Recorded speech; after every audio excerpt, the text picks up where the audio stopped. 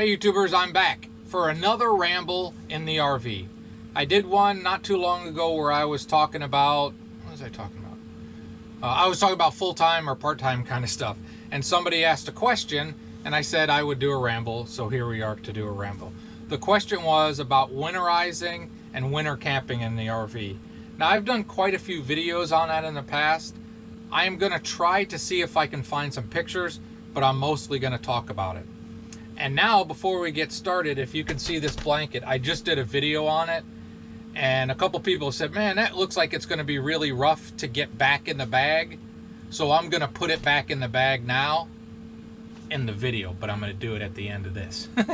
So I got the stuff bag, and I was telling you, there's a fancy way to do this where you fold and roll and do all that good stuff.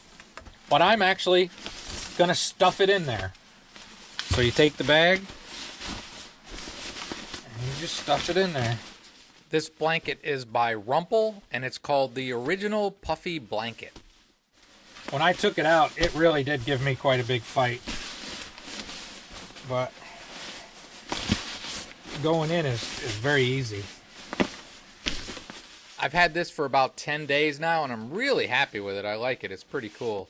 It's a little pricey. I got it because it was the National Park Series, and I took a trip to Yosemite and really enjoyed it. And this was a way to give me a blanket and some kind of decoration in the RV. There we go.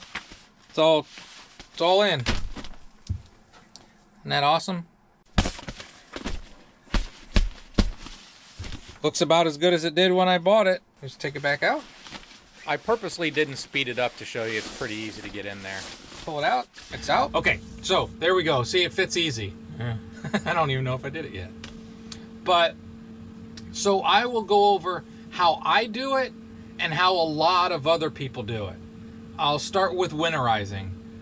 With mine, since I have a van, it's pretty small. So what I do is I drain all the water out of it, and then I take an air compressor, and I have a fitting that goes on the fill tube, and I blow air through it. You have to be careful with your pressure, not to go too high and mess up your lines. Run your pump, do all your different faucets and stuff like that, and that's the best way to get water out of it for me. Normally, what people do is to pump antifreeze throughout their system, and there's nothing wrong with doing that. I just, for a smaller RV, I can get away with doing the air compressor. If you have a big RV with really long runs on your water lines, then it's a little bit more difficult to use an air compressor. But I knocked on wood before, and I'll knock on wood again. I've had this RV for a few years, and I've never had any problems. All right, now, first I'm going to start with how other people do it, because I tend to do shorter trips that are kind of easier. But if you're going to do a long-term trip, you have to do it a little different than I'm going to explain in my ways. If you can hear right now, my furnace is running. My furnace comes out down here. A mistake that a lot of people that don't know is you think, well, I'll just go park somewhere even when it's cold, and I'll use my propane furnace, I'll be fine, everything will be wonderful. The problem with that is the fan that you can hear uses a lot more power than people might think. So your battery, your onboard battery, oh, really? So your onboard battery, you can run that down quicker than you think. So a lot of people, the best option is a little Mr. Buddy heater, because then you're not worried about the power. It's self-contained and you don't need your onboard batteries to run it. A lot of other people that do it a lot will use those diesel heaters that connect to your gas tank and stuff like that. And that is also, from what I'm told, I don't have one, I'm told that they're independent of your onboard battery system, so that you don't have to worry about that issue. And there are some other people that do a kind of cool thing, and they will put one of those sailboat fireplaces in, propane fireplace. They'll mount one right in one of these RVs, put a little chimney up there and do all that stuff. But for me, I do it my way because I don't do any real long-term cold weather winter camping. And when I do winter camping, because I enjoy it, I don't want to do it just when it's cold. I want to do it when there's snow. So for me, I have been in this 10 to below zero a couple times Fahrenheit. These Class Bs are insulated very well, and I will talk to you about how I heat them now after I take a sip of coffee. What I tend to do is I go to campgrounds for the power because I have pets. Again, so much of my life comes down to pets. So I just don't think leaving a Mr. Buddy heater, propane heater running inside the RV is a very good idea with pets.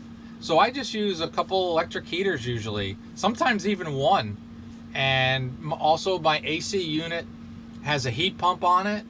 A picture of my Dometic AC with heat pump. Now it will help, but it's not meant to be like a super heater. It's meant to take the chill off kind of thing, but it will help. The one problem I do have, and I hope to find some pictures, if I get those pictures, cool. If not, I'm just gonna tell about it. I hang my heater high because I don't want the cats getting around it. I don't want cat hair getting in there and the possibility of a fire. So it's not the most efficient way to heat the space. And if I'm in here, then I'll put the heaters down low where I can keep an eye on them, on the cats. Also, my floor, I have about a 4-inch drop for the shower side and the other side, but I also have a wood insert floor. I only use it in the winter because it cuts down on headroom. And I'll put that in the winter, and I'll also put some insulation stuff underneath that to help. If you're gonna do long-term, like stay in one place for a long term, then putting siding or hay bales or something around the RV is very good because the cold comes up from the floor, and the floors stay pretty cold, I will tell you that. You know, you have to wear slippers when you're in here in the winter, and then you're fine. For me, I used a 12-volt blanket for a while, and I also have the greatest thing in the world that has changed fall and winter camping for me is a heated mattress pad. It's the greatest thing in the history of history. I can run that off my battery because it doesn't take too much juice. I might try to figure how much it pulls. On high, it uses a little bit of power, but when you put it down to normal, it doesn't take too much. Spikes every now and then. But if you're plugged into electricity, then you have that. And sometimes that can be just perfect for me. Little side fact, my car has heated seats. Even in the winter, it's very rare that I actually turn on the heat in my car. It has to be really cold for me to turn the heat on, because I just turn the heated seats on and then I feel great and comfortable. So back to that. So for heat, I use the electricity.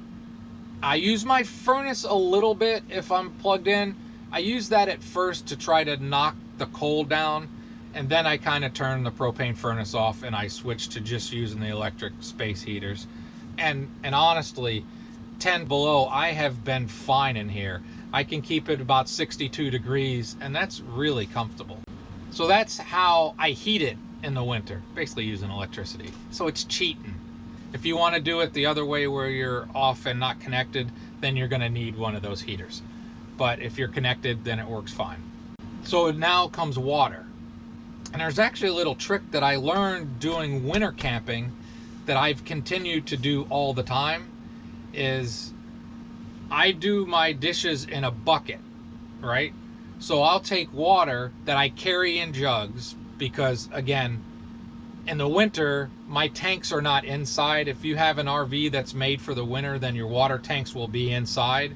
Mine are outside. I can't have water in there. It's going to freeze. So I bring my own water. But what I do is I run that water through the coffee pot, and it gets good and hot, and I do that to do dishes. So I learned to do that when I was winter camping, and honestly, that's how I do my dishes pretty much all the time now, because my sink in the van is really small, so I'll just do them outside. I'll take a bucket and I'll wash my dishes outside, and it works fantastic, and I'm not wasting any propane to get my propane furnace or my propane water heater going. I do have hopes and plans that one day I may swap out my hot water heater and get a tankless hot water heater. I think I really want to do that, but they can be a little pricey, and I think I could do it myself, but that's the kind of thing I'll pay somebody the money to make sure that I don't so I don't choke myself to death. I know how to say the word. You ever get those days? Asphyxiate. Yeah. But if I do that, I'll probably turn to a professional, because that's the kind of thing, if you do it wrong, it can be dangerous. You know, something could explode theoretically, or you could gas yourself to death. So I'll probably pay somebody. And I have no pressing need to do it, but I might do it anyways. So that's how I do dishes and carry water. And again, even all year long, I don't drink out of my holding tanks. So carrying water isn't the end of the world. Now, how do you go to the bathroom? A bottle. You know, everybody knows about guys using a bottle for it. Use like a nice apple juice bottle with that works. You know, trying not to get too... A largemouth apple juice bottle or something like that, you know. See, things like that nobody wants to see. If you do choose an apple juice bottle, just make sure you realize that's not apple juice. Once you're using that is no longer apple juice. Don't make that mistake. Oh, God. So that's how you handle that. If you go to a campground, some of them in the winter might actually have working real bathrooms, but most of them don't. So you'll have a latrine or whatever that you can use that. Also, you can use your onboard bathroom and do every business that you need to do in that, and then you just use antifreeze in it and it won't clog up. Personally, I haven't done that. There are weird things you can do. I've heard a lot of people that do the antifreeze thing and they don't really have a problem. I've just never done it because I tend to use places that have a latrine or something like that I can use. So now we'll move back to trying to stay warm in here. Again, if I could give any advice, if you can figure out your power needs to make it work, a heated mattress pad is just amazing. It really, really is. That's my best cold weather tip I can give anybody. It's just a game changer. So besides that, I obviously have Reflectix, but I have enough Reflectix to cover all the windows. And I have a big blanket that my double doors where I come in and out, that I'll hang a door there and I can just clip it to try to keep some of the drafts out. Because even though my door is good and it seals really well, you're going to get some cold come in that area. The rest of the RV is insulated pretty well. Again, the floor is going to get cold. My Reflectix will cover the back window, and I have it go all the way down to the floor. And when I go winter camping, no matter what, I take at least one sleeping bag, sometimes two, with me, just in case something goes wrong. But I will take those sleeping bags and then I will also push them against the back door, because again, the seals are good, but it helps with the insulation. So Reflectix all around and cover up doors. I could do better if I didn't have the cats, but I have to leave them at least one window or they go bananas. They need to be able to see outside. So I have to deal with that part of it. But I make it work. You can do all kinds of things. When I did the video where I hung this up, that would help keep things from the cab. Another way to heat a small van like this, again, we're 20 feet. If it gets that bad, the dash heat can keep you safe. You know, you might sleep in the bed here and be pretty cold, but you still have the dash heat if all else fails. Or if other things fails. If you lose power or lose battery juice to your furnace. So that's always a good. In a Class B van, your dash air and dash heat can come in very handy. So again, I've talked about Reflectix. I've talked about hanging over the door. I've talked about the floor. I'm going to stop and see if I can think of anything else. Sometimes this happens to me. Okay, if you can hear it, I'm going to turn the furnace off. If you have one of these propane furnaces, you know that it takes a while for it to actually shut off. The gas is stopped, but the fan's going to keep running. And again, it will use more of your battery than you think. Now, one part that's important is you do have to keep a window cracked. You need some air circulation, and in the winter, you will get a lot of condensation inside an RV when you're in here and it's cold outside. I actually usually put a piece of plastic along my back window and I'll lay a towel in there, because the back window has frozen in the past and will also drip. And if that drips and your bed's against it, then your bed's going to get wet. And you don't want moisture all over your RV. So I combat that with, I use my small little dehumidifiers. I use them as much in the winter as I do in the summer. You're gonna get condensation inside, And that's why you need to make sure that you have some air circulation and a little crack in the window. I will also cook in here, so that helps warm things up in the winter. I have cooked outside a few times when it's like 0, or I cooked once. I think I literally cooked outside when it was like 5 below 0. I don't recommend that. I don't plan on doing that again. But if you cook inside, you will help warm up the RV, obviously. If you travel with pets, they can help keep you warm. But there's a lot of people that want nothing to do with winter camping or winter RVing, and I will tell you, if you've never done it, it is really fun. I enjoy it. I enjoy it as much as summer sometimes. I got to be in the mood for it, you know, because obviously I can't take a shower in here. That's another good point, because my water's off. I've already, you know, told you that I blow out the lines. I don't carry any water. So that's another part why I go for a couple 3 days. I can make a couple 3 days without a shower and, you know, do baby wipes. Baby wipes are your friend. They're a good way to get yourself clean, but I don't want to do that long term. So yeah, you can't shower in here. You can't really take a bath. I have before. You know, you're doing your dishes, you're heating up water with the coffee pot the same way. You can shave, you can wash your face, stuff like that. I've done that before, so it's no big deal. But you're not going to take a shower in a rig like this. You have to have your tanks be inside in order to even think about doing that. What else? Oh, well, I also have a generator, and if need be, if it gets to that point, I can run a generator. Let me think. Yeah, I think my oil's good. I didn't change my oil this winter. Usually I do, so I'll obviously be changing in the spring. And sometimes over the winter, I change the oil just for winter, and I might not even use the generator. You can run your refrigerator if you need to. Sometimes they might stay cool enough that you don't even need to run your refrigerator. I will say I'm remembering back to that coldest time. I had the floor insulated as best I could and all that, and I was comfortable. But the cat's water dish on the floor got a tiny bit of ice crystals in it, so your floor is always going to stay cold. You can do the best you want. You can lay extra rugs down. You can lay towel. You can do everything. You can insulate under the floor like I do, and you know, you can shove clothes, you can shove whatever you in down there, but the floor is usually going to stay pretty cold. But up here, you know, it might have been that cold on the floor, but up here was in the 60s because the hot air comes out of the furnace and it raises up, and the electric heaters are keeping the above part. But I went on too long about just be ready for your floors to be cold. But again, I already said it once. I love winter camping. I have a good time.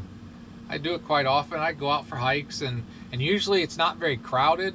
And you know, you dress right for the weather when you go outside. Well, then you do the same thing when you're inside. It's really not that hard. I was impressed how warm I was able to stay in here with, honestly, I think one little electric heater going. It's a small electric heater, and it does great on this. But again, if you're wanting to live, not connected to anything, and be off-grid, then you need at least a Mr. Buddy heater. Those diesel heaters, everything I hear about those are fantastic. Usually they're mounted right behind the driver's seat, and they'll blow air, and they're just supposed to be awesome. But I have no first-hand with those. So I'll sum up the important parts. If your water is kept in a tank that's outside, make sure you drain, winterize, and get all the water out of your lines. I would love to have an RV that I didn't have to do that, but I don't have one of those. So for me, in a van, blowing them out is great. I've helped other people. You know, you basically suck RV antifreeze into all your lines. Now, I still put RV antifreeze down my shower trap, down my sink trap in the bathroom, and in the toilet. I have antifreeze down in the black water tank, and I also keep it in the bowl. You should always keep antifreeze in the bowl, because the seal that goes around that, you want to keep that in good shape, and antifreeze will stop that from breaking down. And there's also a sealant refurbishing thing that you can put around that. It's a gross job. You need gloves because you know what goes in there. But that's very important. But yes, you can use your bathroom. Reflectix all around is key. Insulation, covering any places where you get drafts, but still remembering to keep airflow in here, or your RV if you're going to do it, is very important. But it's a great thing. I think when I put a video like this, I'm usually surprised that it gets quite a few views, because I think there's a large amount of people, not everybody by any stretch, but there's a lot amount of people that really enjoy doing winter camping, because it can be a lot of fun. I've always had a good time doing it. So that's that. I hope it was helpful. I hope I made the point for the person that asked the questions about that. And I'm sure this went on too long, so I'm going to shut up. I'm going to tell you that I really hope you have a great and wonderful day. If you live in a place that is really, really cold, that's not really, really supposed to be cold, please be smart. You might not be used to dealing with cold weather. Don't make mistakes that can get yourself sick or even dead. It's cold. Wear layers, bundle up, all that kind of stuff. Just be safe. And hopefully hell doesn't stay frozen over for so many people for much longer. But with that, have a great and wonderful day.